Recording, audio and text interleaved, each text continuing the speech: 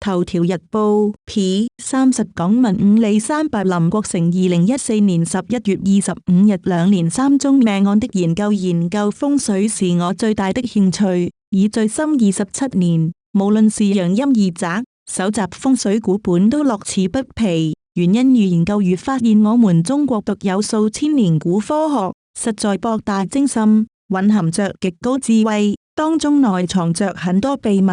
風水和其他玄學一樣，是需要在正統的傳承口耳相傳，單憑着坊間的書籍自學，只能接觸到一輪半爪。隨着進入互聯網的紀元，研究和學習古科學亦需要有重大改變。現時互聯網資訊發達，帶來很多資料上的好處，很多古籍、私人珍藏的秘本都一一浮現出來。因為真正研究的人不多，可能後人亦不識寶，很多都拿出來賣。我見過最經典是在民初時期大一本，當時秘本賣3個大洋，我猜都應該可以在當時買一個街口。數年前這本書後來給人翻印了，最平我買過一本是10元人民幣。反過來今天的資訊到泛濫的程度，但越是泛濫，研究古籍越少。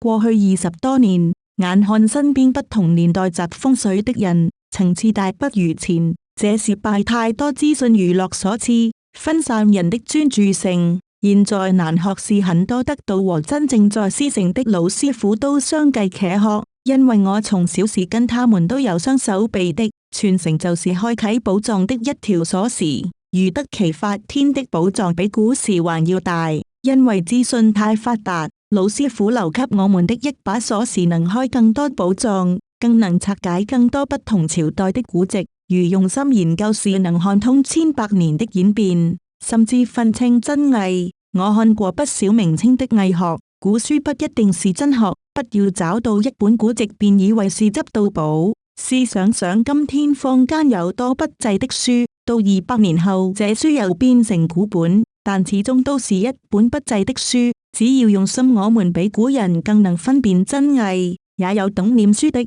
但得鎖匙的實是鳳毛麟角。實際臨場的研究，從明清時的四合院建築到民初一幢2、3開間的房子，到有電梯，80年代的鑽石型建築，發展今天不同的形狀設計。我相信我們的祖師爺見到都頭痛。我又看見一些人拿着明清時的間隔來應用在今天的高樓大廈，看見都驚。使用其實在能否洞悉當時創這個理論的背後邏輯，而非死法。只要明白個中玄機，無論樓宇設計如何演變，我們這套古科學仍然揮灑自如。因為只要在地球上，我們是活在3界5行之中，誰也逃不過。隨着設計的變遷，如是沿用一套的方法相策，我怕未能迎合新的設計。真正的學理是不會變，只怕認識的人不多。但臨場研究